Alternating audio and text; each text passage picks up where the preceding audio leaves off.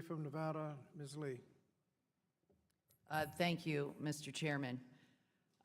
For much of my career, I have focused on helping young children graduate from high school, some of the most at-risk students in Nevada. And poverty is the most significant barrier to educational success. And I'd like to say that a story like Mr. Weiss is the exception, not the rule.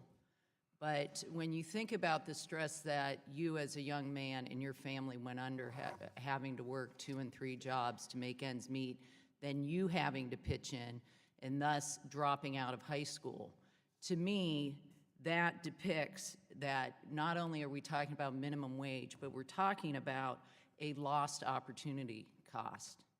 And the Congressman Grotham, who asked you about, did you apply for another job?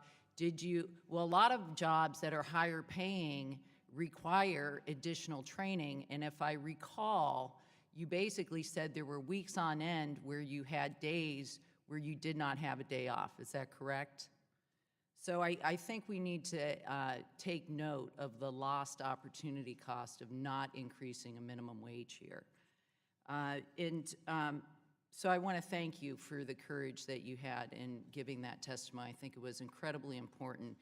And again, I wish it were one that isn't as common as it is.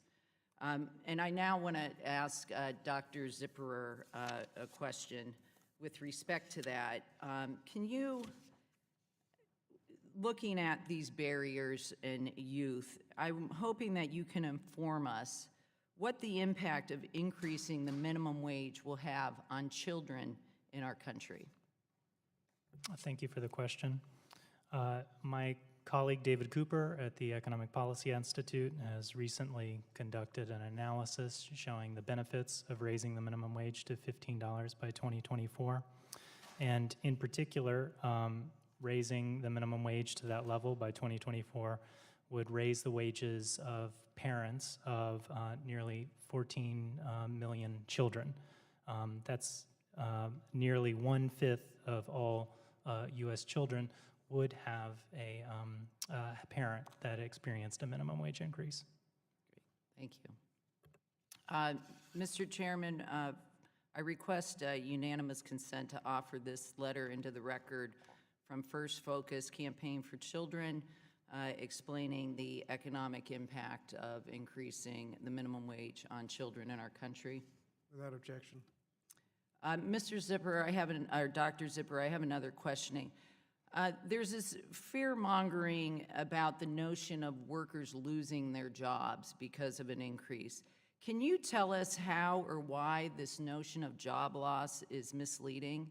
And is it possible that workers would be able to work fewer hours but still earn a stronger income, thus having the time to pursue perhaps education that would put them in a position to achieve a higher paying job?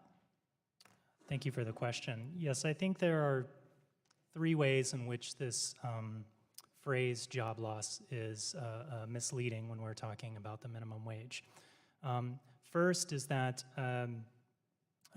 the vast body of research published in the last 15 years, or at least since 2001, establishes very clearly that the employment of the effects of the minimum wage are small to 0.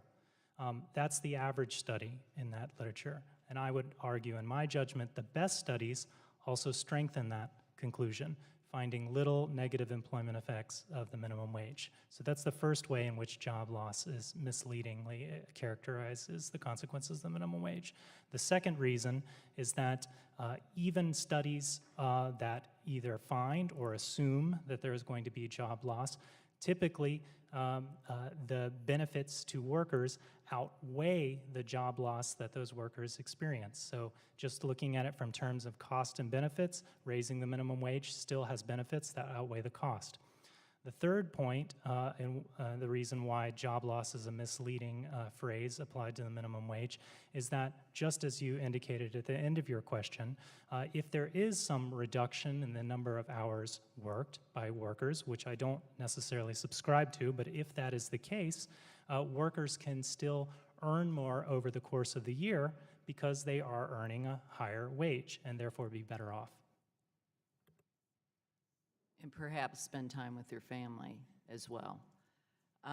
One final thing. Oh, I'm sorry. I think I'm going to run out of time, so I'll yield the floor. Thanks.